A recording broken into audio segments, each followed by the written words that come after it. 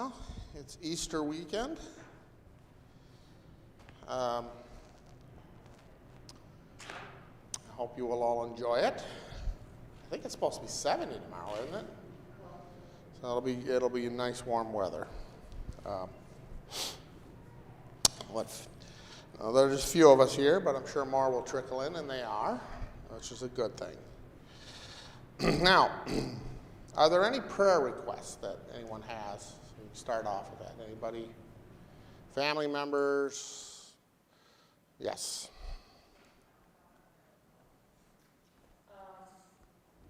I just want to wish my sisters and their families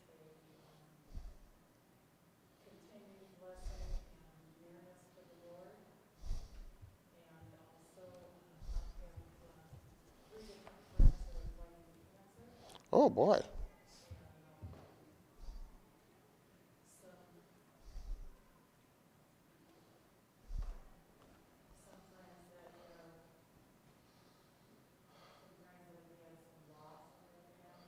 Okay. Lord's guiding hand and his comfort to be with them. It's a lot. Do your sisters still live in Montana? Part-time, and the other one, other part of the year, she lives in Florida. So she's in Florida right now. I have a brother and 2 nieces that live in Montana. Oh, well, she's in Anaconda, which is between Missoula Oh, that's the city. and, I thought you were going to say she's a snake. I want to say Butte. Okay. Yeah, I have a niece who lives in Missoula, and then my brother and other niece live in Helena.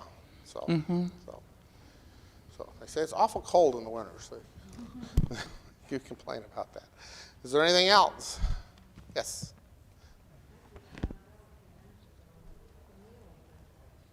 Camille? Oh.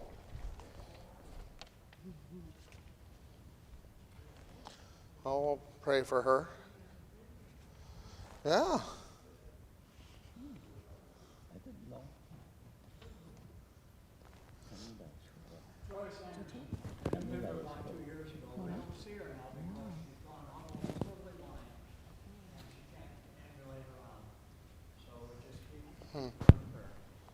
That's true.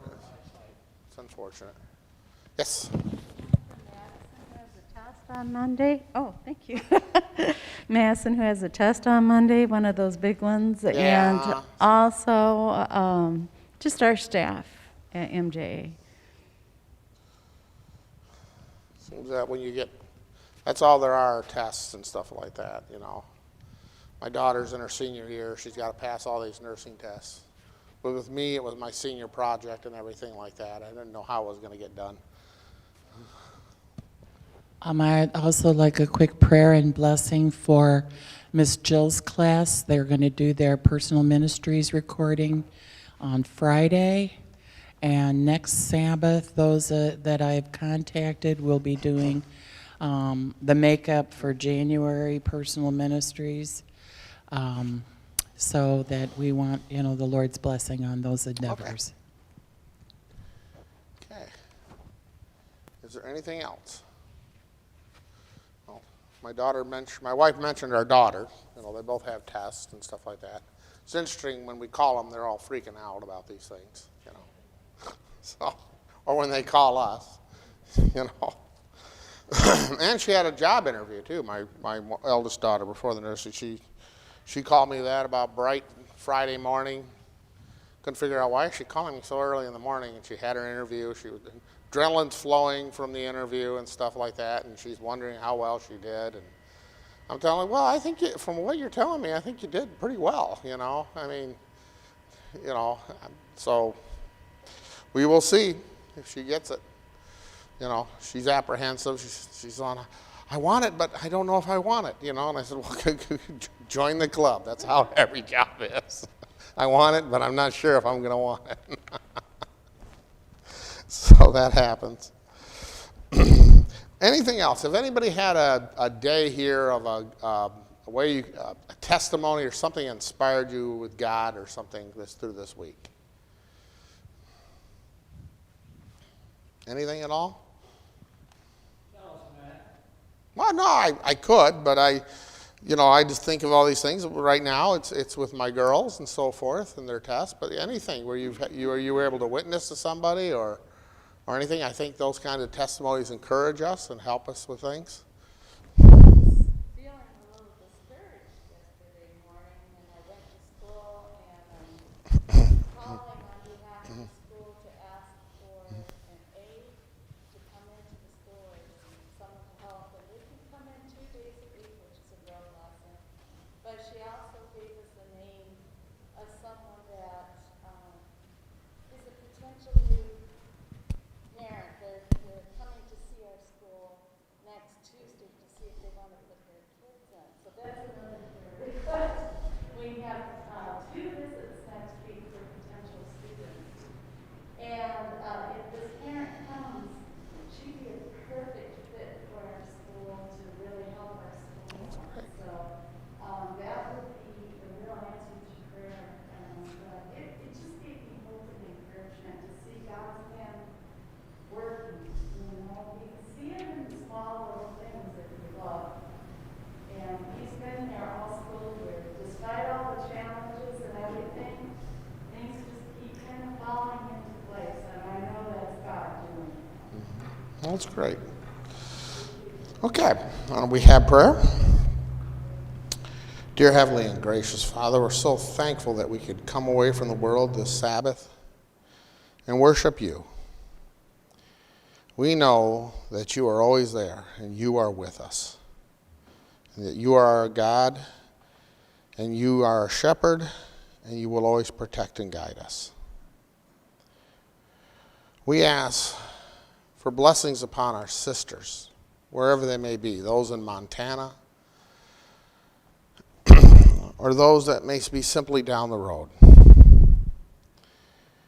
Our families are important to us, and we all want to see them in heaven, and we all want them to know you. We pray for those that are sick, those that have cancer, those that are ill. Excuse me, Camille, and those that are losing their sight, Miss Anderson. May you be with them. May you give them comfort, and if it is thy will, to heal them. But whatever happens in these cases, we want them to know that you are with them. We pray for our sons and daughters. They are so important to us. We ask you to give them blessings and success. For the staff here at AJA and for the ministerial, our pastor, may they be blessed in what they do for you.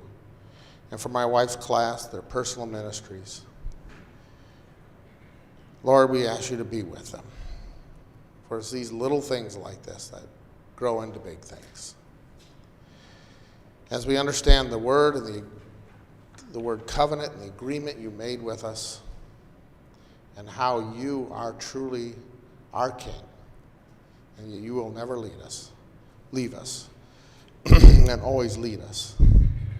May this lesson speak to our heart. Amen. Okay. I was looking at the when you get a new quarterly, I always kind of look it over. And one of the things I noticed is they kind of said here that this is a old lesson they kind of pulled out and they kind of redid it. It was written by Gerhard Hazel, who is the father of Dr. Hazel, who comes here. He was the dean of the seminary at Andrews for a while. And so they took this lesson. I think they probably contacted his 2 sons, who I think are working for the church and their educational institutions, and kind of helped update this. So I thought that was kind of interesting, and I just thought, it kind of makes sense. Some of these old lessons are still good today, and why just keep going through the process, pull an old one out, kind of retread it a little bit for today, and put it out there. It makes sense to work. And then I always look at the back cover, all the churches and whatever. And this missions offering is for the Inter-American Division. So I don't know how they divide these divisions up, some, whatever, however they did it. But it's mostly, what I look at, what we would call Latin America, a lot of it. Because they speak Spanish, it's a Latin language. They're predominantly Catholic countries, if you understand anything about it. But I always look at the total population as compared to the membership. And the total population of this division is a little less than 300 million, okay? Now, the United States, we're going to go through a census. They're saying after this census, our population should be something like 340 million people. But I think there's only slightly over 1 million members in the United States. And the Adventist Church here has been here a long time, hasn't it? But there are over 3 million members in Latin America. And I keep wondering, is it because they have more of a need of God, or what is it that it's springing forth so quickly? Catholic Church losing 500,000 people every year. Really? Every year. In Latin America. Yeah, I would not doubt that. Someone told me the Catholic Church operates very differently in these countries than it does in the United States. So that very well may be true. But it would be, just think if there were 3 million Adventists in the United States, in this population. This church, think about it, 3 times the people in this church. 3 times the number of students in our school. What do we have, like 39, 38? 38? So what would you do if there were over 100 students in that school there? How many more teachers would you have to employ? More classrooms. Yeah, that would be really, really encouraging. So I think we gotta move forward with our evangelistic efforts, but we always seem to kind of depend on people to do it for us. We're kind of a payout society. How many people don't mow their own lawn anymore? How many people hire maids to clean their houses and things like that? I always think about hiring someone to mow my lawn, but then when I see what it's going to cost me, I think, nah, I can mow my lawn for that. I don't need to do that. But that's kind of the way we are now. And I think one of the things we got to do is we got to start doing it ourselves a little bit. We got to reach out to our friends and our relatives and show them what we got. And I think this is a good lesson to introduce them to it. I also read this beginning thing on the cover, and they mention a guy named Thomas Hobbes. And I'm always kind of a history buff and some of the philosophies. And Hobbes was an English political philosopher, and he's not really somebody I like very well. He talked about very authoritarian governments running things so that you could be safe.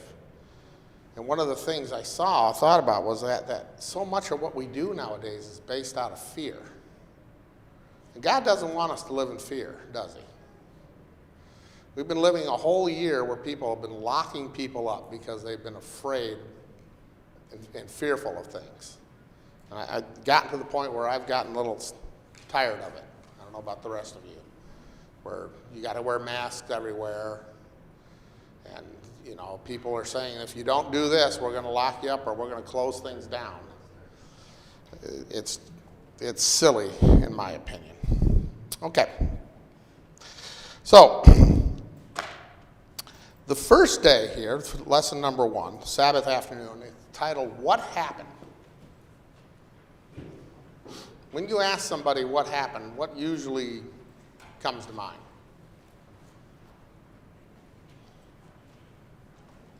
When I ask my wife, she tells me about something, I say, well, what happened? She's upset. Usually it means something went off the rails, right? Engineers are in jobs where we ask people what happened. I always put if there weren't problems, they wouldn't need engineers. What's wrong? What's wrong? Yeah. What happened? That's I'm a supplier quality engineer. I ask my suppliers a lot of times, what happened? What happened here in the Garden of Eden?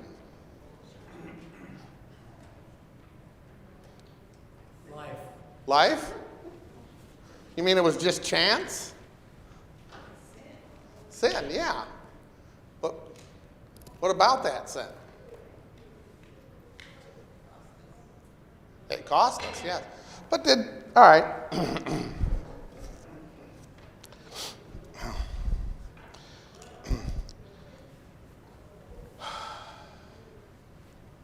I guess what, in Genesis 1, verse 31, let's go there for a second. If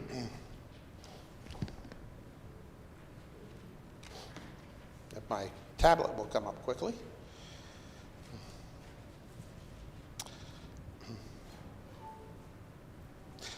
All right, I will read that.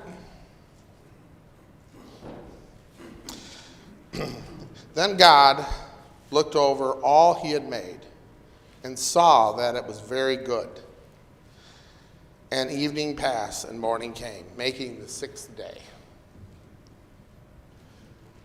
Now, when you say something's very good, what are you implying? You're more than satisfied with it. I'm more than satisfied with it, yes. If I go and look at a supplier's process and part, and I say, hey, this is really, really good, what am I implying? I'm implying that, hey, when we go into production, we're not going to have any problems. You're going to meet our specifications. You're going to meet our dimensional requirements. We're not going to have any problems with this part putting it on a car. Unfortunately, things happen. What happened here? The serpent. Serpent, yeah. 6 days. 6 days? God said it would happen. But everything was good. Everything was good. Yeah. And the sixth, you mean 6 Yeah, he days. created the world. But in the 6 days, God creates something. You know, say and create, it's a little bit different. You know, if you create, you should spend time and make form, some kind of, you know, and like I said, spend time with this creation. Yeah. And when God see this creation and said, this was very good. Good. Yeah. It was good. If you have very good, what you can bring about? Mm-hmm. Nothing. Yeah. It was. My question is, why God didn't make a man like normally every day he creates something else? Why did God do it sequentially? Yeah, by his word. And he used his hands. Yes. Why? Oh, why was God? Well, that's a good question. Why was God so involved in the creation process? Because he was specifically making him in his image. Okay. You know, okay. Well, whoever wants to go first. I'm just going to look at it from a little bit from an art point of view. I have an art minor, and I took a pottery class to get my minor. I had to make my own clay. We still have clay and pottery. I had to throw it, kick my own wheel, because we only had limited number of electric wheels. And when you get into it, you discover with clay, you really have to manipulate it. You are in control of creating that piece. And when you're done, and it turns out well, there's this certain amount of joy in it. You know, there's this connection to the piece you made, and that's an inanimate art project. He created something living that he could have a relationship with. And was in his image. I can only imagine the joy he felt in creating a living human being that he could have a relationship with. That must have been very exciting. Yeah. When God create man for his image, if this is only the picture of God with us, we just looks like God or something else. Well, let's expound on that. And what Jill is saying, both things.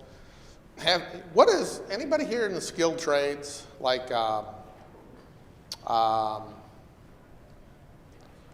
welder or you ever heard of a masterpiece?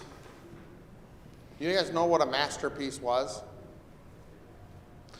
If you were, say, a silversmith or something, you would have an apprenticeship and you would go and work for master silversmiths doing certain things. But then they would give you, the guild would give you a project to do, and it would be your masterpiece. You had to do something really ornate and well, and usually those masterpieces were put in that person's shop in a cabinet or whatever, or somebody would buy it. And this was exposing and showing the world your talent, what you did. Now you mentioned God created all these things, and at the last day he creates man. This whole week of creation. And what is his masterpiece? Yeah. Man. Mankind. We were his masterpiece. I think the lesson called it the crowning glory Crowning glory. of creation. Yeah. And I'd like to Keep going. continue. You know, not only physical being we create, but we create some kind of mental, Oh, yes. and we create about this emotional and spiritual. That's the including all things, this including to associate with others. Mm-hmm. And God creates us to be his family. Mm-hmm. Oh, yeah. That's a very important part of it. That's the problem today, to explain people that the only men and women they create as part of family. Yes. No other way. Mm-hmm. Yes. He created us to think like he can. You know, animals, there are some animals that biologists have shown me where, you know, they see something and that stimulus goes straight to the center of their brain that causes them to react. They don't even think. They just go and do it. And those are lower level animals. But with human beings, everything goes through our frontal lobe. And we think about things. We have conscience. We have ways to develop things and think about things. We're just not driven by adrenaline and reacting to things. We are a higher level. And we can think about God, right? We can be influenced by that. And we don't act like animals where you have survival of the fittest. We talk about mercy and love and reacting kindly to our brothers and sisters. But if we want to go back, God made the world perfect, right? But something happened. What was it that happened? Somebody mentioned it before. I think somebody said sin. Said sin. You did. Why was there sin in the world?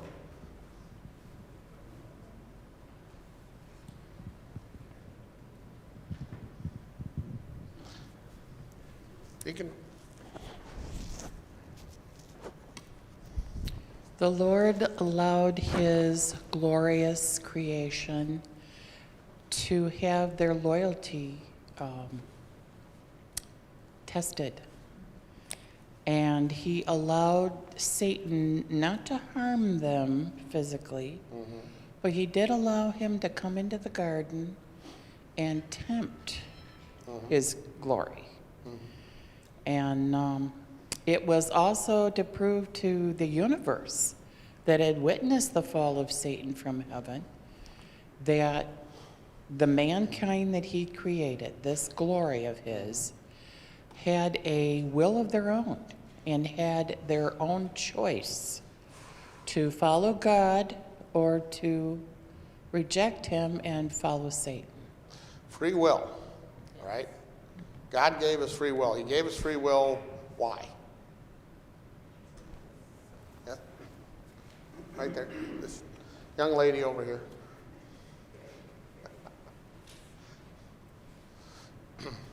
He gave us free will so that we could choose whether to love and follow him or to follow Satan. Yeah. And unfortunately, Eve was curious enough to take the apple. Yeah. That Well, was to sin. You can't have love without free will, right? True. True.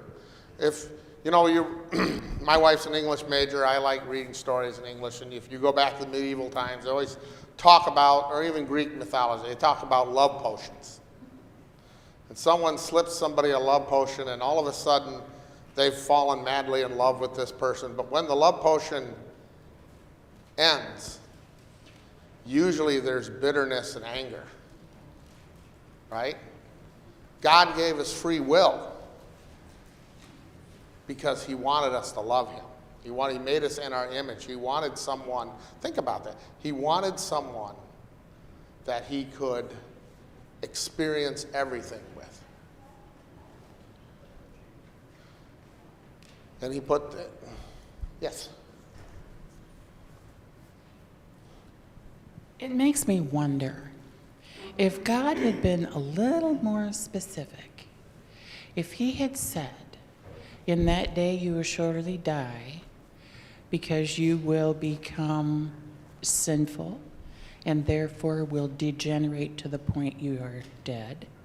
You will lose the gift of the garden and be driven from your home.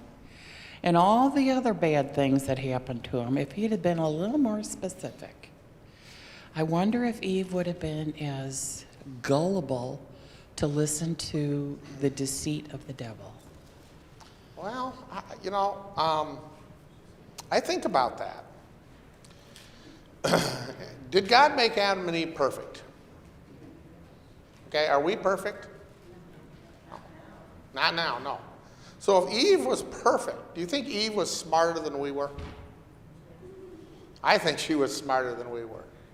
Do you think Eve was unaware that, if you read Mrs. White, the angels even came and told Adam and Eve that, hey, there's this enemy, and he's going to come and do something.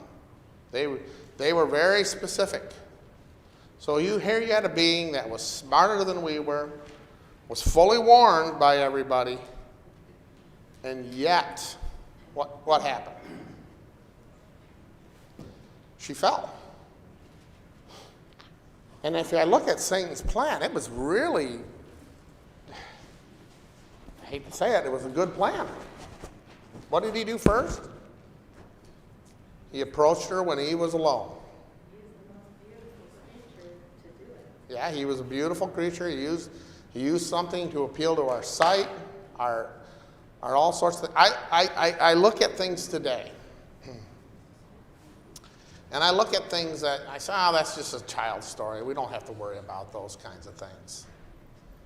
But then I look back at this story and I think, maybe I'm being a little bit careless in thinking that little things might not lead to big problems.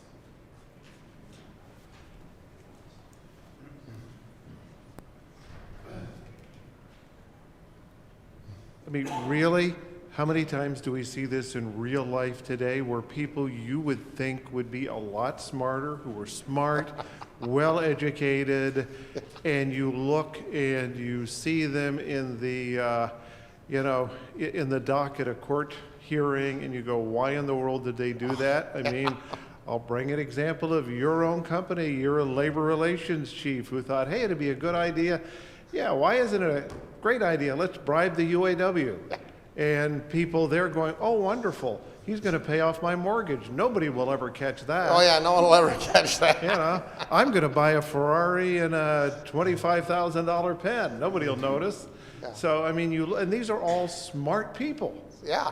And They didn't get where they were because they were stupid. Right. Yeah. You see that sometimes in politics. You see people who put their fingers in the till at a bank and go, Yep. don't you realize this is the most closely monitored money in the world? Mm-hmm. Not only the fact that, maybe you shouldn't do it because it's immoral, but Yeah. so, Eve, I just think there are so many things in the Bible, when you compare them with things in the modern world, it really helps, it sort of sets a light off over your head, Yeah. where you go, God's been warning us about this since day one. Yeah. Oh yes. And doesn't God say every sin's going to be revealed? One thing I tell my daughters, don't put anything on the internet that you don't want. It is forever, and it always amazes me how some young person will do something incredibly stupid, and then it's out there forever. It's always going to be found out. And that goes for us too. I send notes or send comments, about suppliers like they must have been brain dead or something like that. And I started wondering, maybe I should be a little bit more professional in the things I say or the comments, because that might come back to haunt me sometime.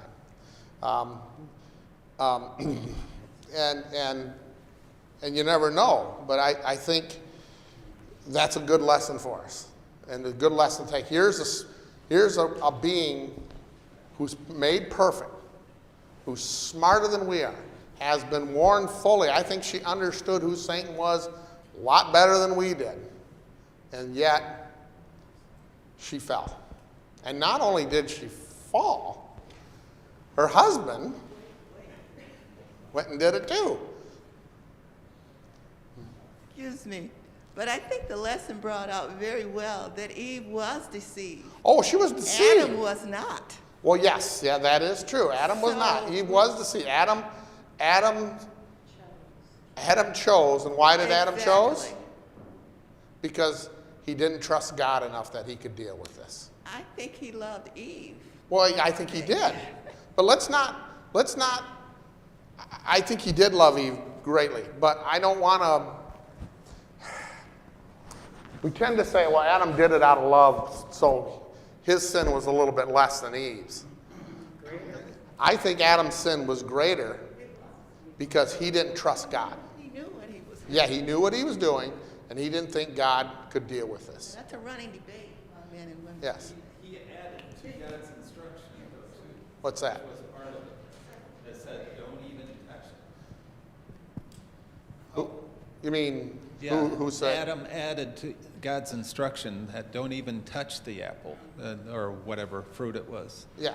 And Eve stated that to the serpent in the tree. Oh, And Ellen White brings out the serpent actually flipped the fruit towards Eve, and she caught it, and then she was already touching it. I didn't read that. I guess I have to Yeah. read that again. I didn't get that It's, out of that. I've only found it in one location, but Ellen White brings it out that she actually, the serpent actually flipped it towards her, and she, She got it. out of reflex, caught it. And Yep.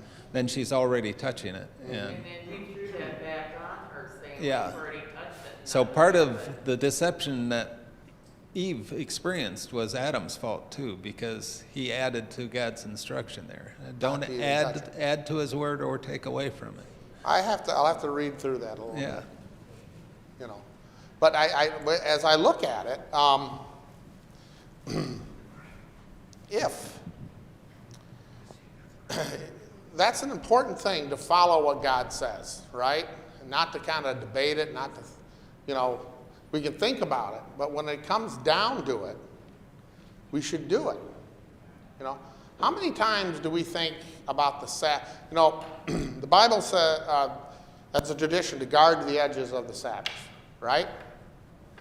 In the Jewish tradition, they would all come together at sundown. They were always aware of it. They would have a little meal, a little ceremony.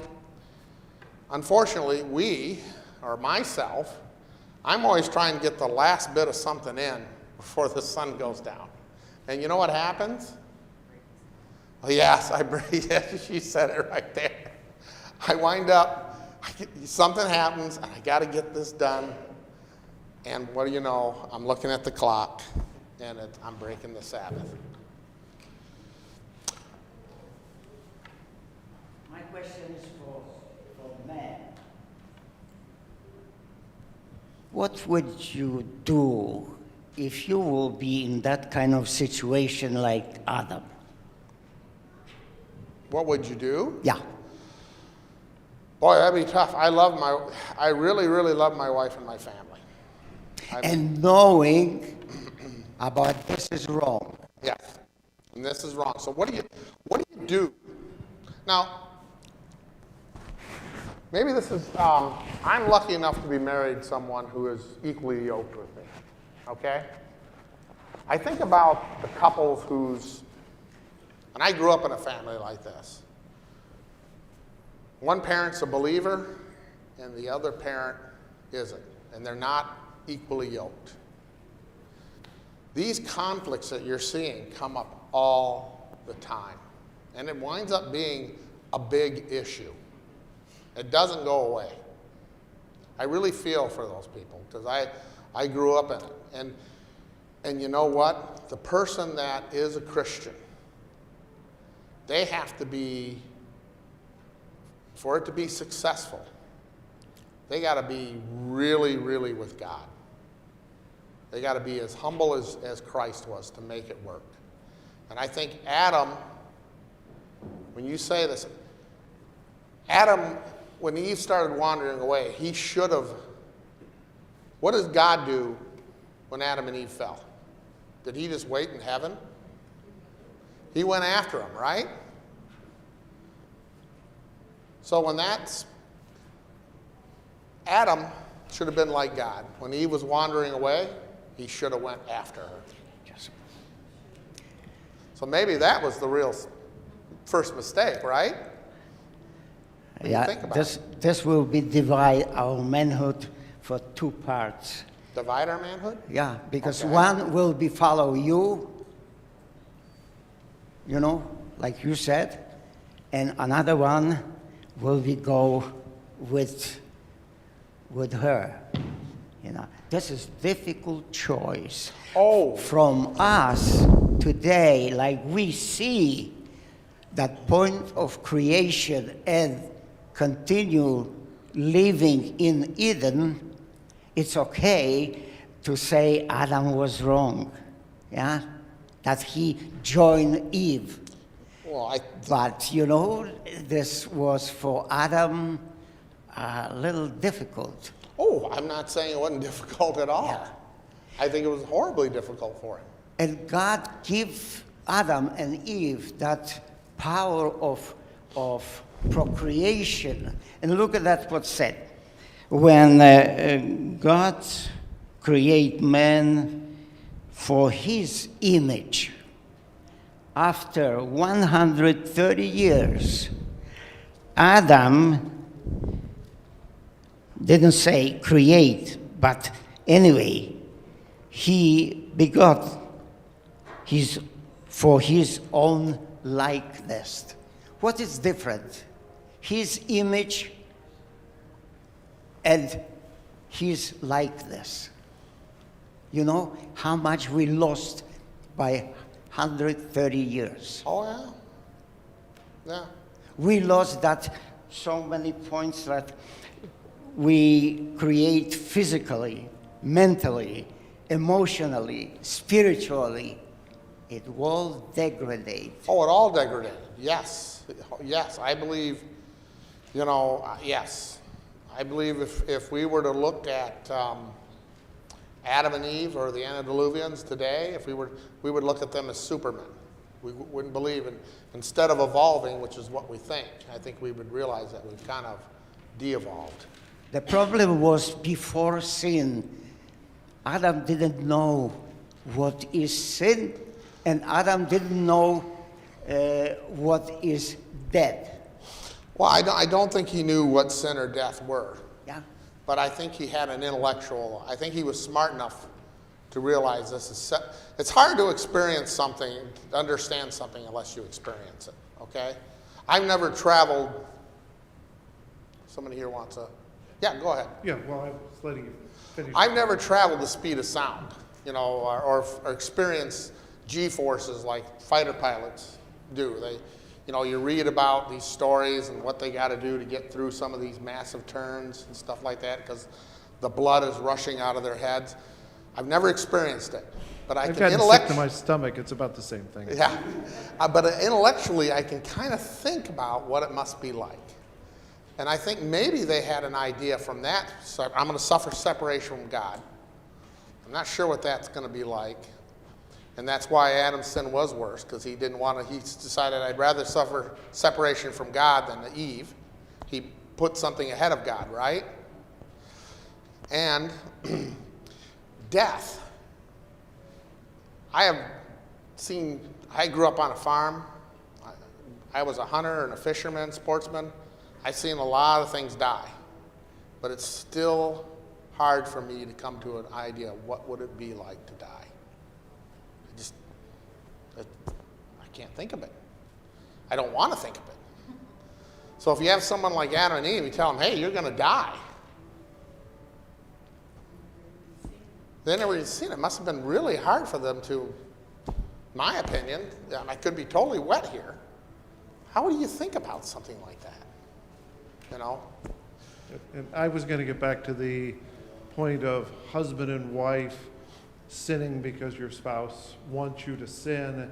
And I'm going to make it personal from the concept of being, quote, unequally yoked. I mean, I've been in that position for 28 years. I'm not an Adventist. Mm-hmm. My wife is. But I love my wife deeply. I love Jesus deeply. So I come to church with her as I have every week for 28 years because this is her heritage. This is her family.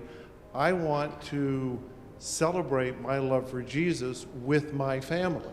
And that's more important to me than being doctrinally correct in what is in my mind. But I'm taking that as an example to Adam and Eve. So if your spouse asks you to sin, you are not showing them love in sinning with them. You are showing them love in being an example of how not to sin. Yeah. So Adam's love got twisted a little bit. Adam's love got twisted, and again, as I made the earlier point, it is such a great point for us in today's life as there's so many biblical points. You know, if my wife tells me, hey, I've got this great scheme to rob a bank, and if you love me, you'll rob the bank with me, would I be a good husband to go along with her, or would I be a good husband in trying to explain to her up till the point that she went there that, no, this is not good for you, this is not good for us, this is not good for our relationship, this is not good for the world? Yeah, that's a good point. And if, you know, my parents had that divided household and they went to war. I mean, it got so bad you couldn't even sit at the table with them. You couldn't finish the meal. I don't understand why people I don't have to understand argue it with now. people who have differences with them in religion, politics, or anything else. Except the person is a good person and you have areas you don't agree on and move on. But if seems that yours, you know, and that's quite a testament and so forth. I see that because did not work out in my family.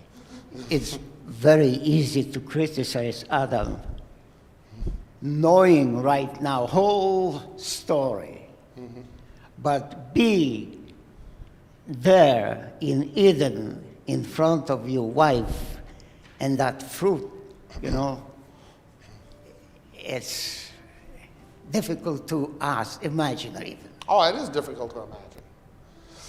I'd like to move on to Sunday's lesson, if I may. Turtles all the way down. I thought it was interesting how this one woman says, you know, it's one turtle upon another. We kind of laugh at that, don't we? Do you know that when the Adventist Church was being founded, when the Millerite message in 1844, Darwin's, I forget the book, Theory of Species or whatever it was, pardon? Origin of the Species, and some other books explaining evolution were coming out about the same time. The world was kind of going this way, wasn't it?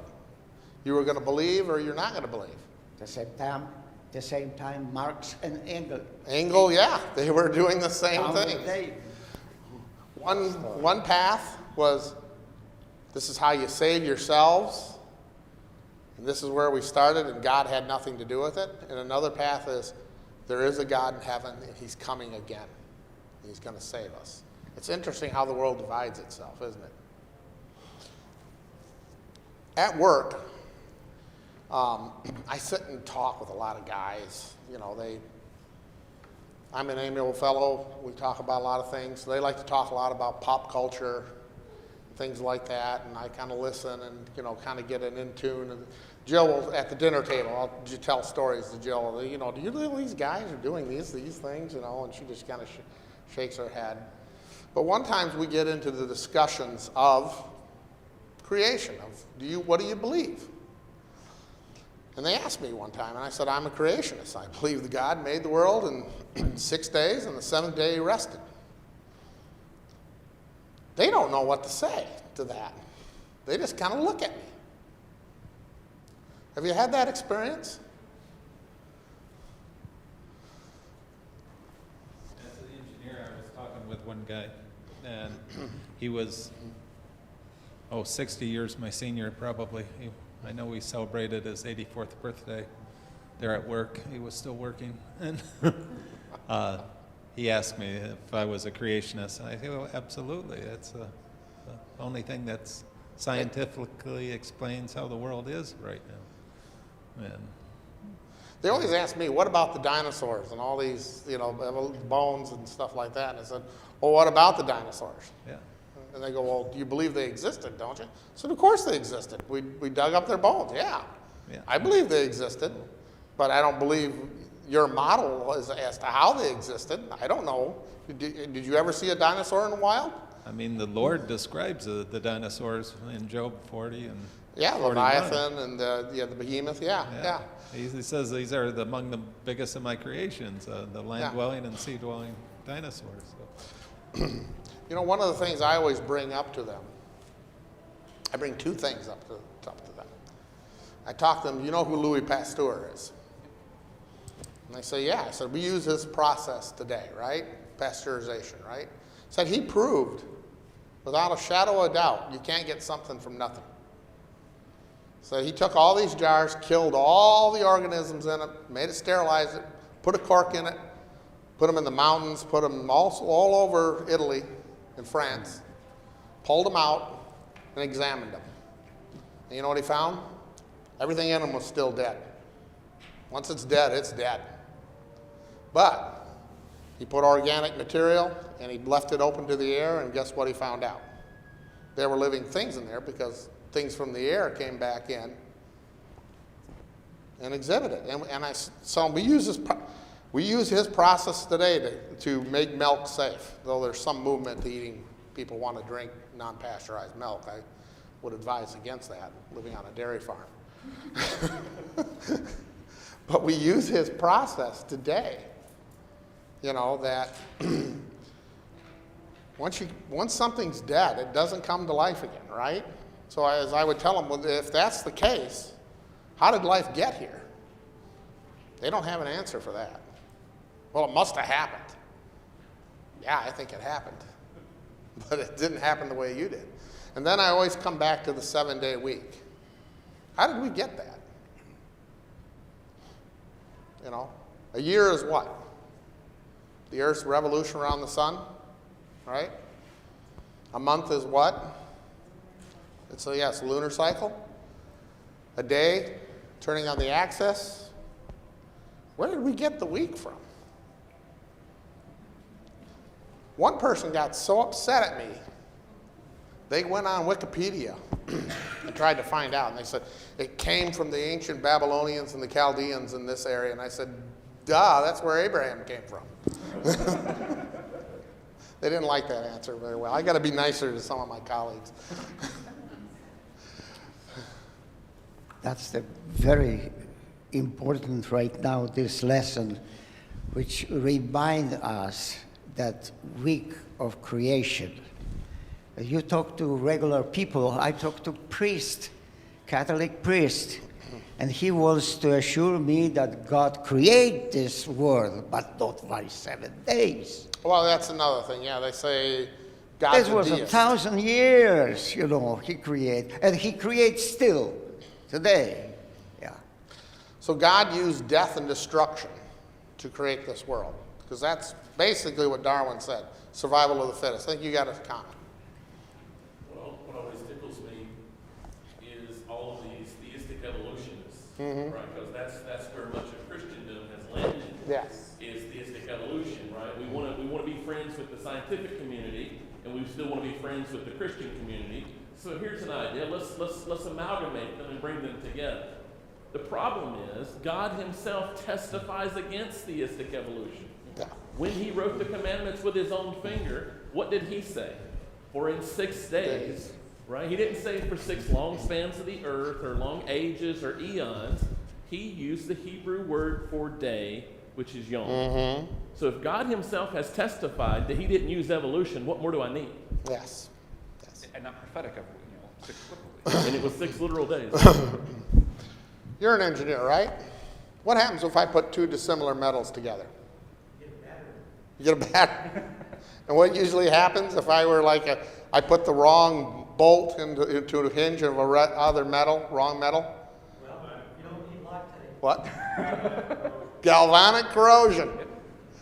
It amazes me every time I work. All of a sudden we get getting this white powder, and I go in there and I think, didn't we isolate this? Where's the release? Where's the process? The design release engineer. It's usually some young guy who goes, yeah. I'm just thinking. Usually we catch it before he goes on production, but yeah, we get this corrosion. So now we're trying to take 2 different ideas, man's idea, and we try to blend them together. And I kind of think about it's going to wind up like the same thing. It's going to fall apart. And it always does. It's a hubris. It's pride for man to add something to what God has given us, isn't it? And what commandment are we breaking? We're breaking all of them, but we're really breaking the first one, right? I'm not God. God is God. And I believe me, I know He wants me to understand why He's God and why these things happen. But sometimes things I don't understand. But I'm kind of like the person. God said it. I've had enough experiences with Him that know He's good. That's enough. I believe it. Now, Tuesday. Man sins, right? What does God do? He comes after us, right? What is man's response? He runs away, doesn't he? Yeah. Not only does he hide, they start sowing fig. Think about this. You're covered in a robe of light. You're shining bright like angels. I kind of think when you want an idea of this, read in the gospel God's transfiguration on the mount, where Peter, James, and John, it's so bright they can barely stand it, Yeah. That's a good point. Read in the books of Moses. When Moses came out of God's presence, the Israelites were telling him, cover up your face. You're freaking us out. You're shining so much. He was reflecting God's energy. That they went and decided, we're going to sew fig leaves together and try to cover up. Our righteousness is represented there. Our righteousness isn't anything compared to what God's going to give us in His righteousness, isn't it? We have no righteousness. We have no righteousness. Yeah, fig leaves. You know, because we, when God asked, why you did this, we said, because of you. Oh yeah, they blamed him, didn't they? Yeah. You know, I can think back, if something happened on the farm and I tried to blame it on my dad, it wouldn't have gone well. It would have went south real quick. You know, the discipline would have been stern, like, don't you do that, you know. I got enough to deal with. But God, what does God do? He kind of takes it a little bit, doesn't he? And but he also shows them the truth. Yeah. In a patient way. But this stuff became natural to us. Yes. You know, every time if something wrong, we said, because of this. You know, it's amazing how it's just proliferated. I see it when my wife's a teacher. I remember her first parent-teacher conferences. She came out of there, she was kind of exasperated, and I said, well, what's wrong? And she said the parents said the reason their kid got a bad grade is because you didn't like them or something. And I was totally floored. I said, you know what would have happened if I used that on my parents? I would have said that, hey, the reason I got this grade is because the teacher didn't like me. Oh yeah, my dad would have said, what did you do to make the teacher not like you? It would have came right back on me. I never would have been able to pull that stuff. But it seems we go more to blaming other people for our things than just standing up and doing it. And that is what God did. God came after them and just stood them up. He takes away their fig leaves and he gives them the garments of the sacrifice that he's going to cover. He's going to make it all right. And eventually he does, doesn't he? We're running out of time here. I think 10:30 is when we're supposed to end. Does anybody have any further comments? It's a good lesson. We only got to Tuesday. But the lesson is God came and made a covenant with us, an agreement. Now, I break agreements all the time. And I say I'm sorry for them. But God doesn't break promises. So if God says, I'm coming again, I'm going to be with you through anything that happens, can we trust in that? I think we can. Mm-hmm. It's very, very difficult to understand that breaking the law is just easy, like this. But repair this and bring to original satisfaction costs long time, even for God. We already 6,000 years, and God still repairing this. Oh yeah. Still, every day, every day. I think when we break the law, it started a long time before the actual law got broken.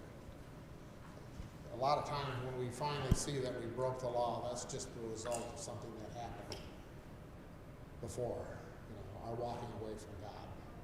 And I find that when I have troubles or days where I don't do as well as I should, or days that maybe I cut my devotions short or didn't do things. The fact of the matter, I had that day today. This week, I had to follow something going on in China. And we had Zoom meetings all night long. And that morning I got up, had another meeting, and I was dead tired. And I thought, well, God will understand. And wouldn't you know? That day, not because God did something, but that day didn't go as well because I wasn't in the right frame of mind as others. Would anyone like to have closing prayer for us? I can do that. Dear Heavenly and gracious Father, may we know that you are the one that we can trust in. That in anything we do, we must represent you. And may we be true to that image and that faith. We ask you to come for us in our lives, and to come for us soon. In thy name forever. Amen.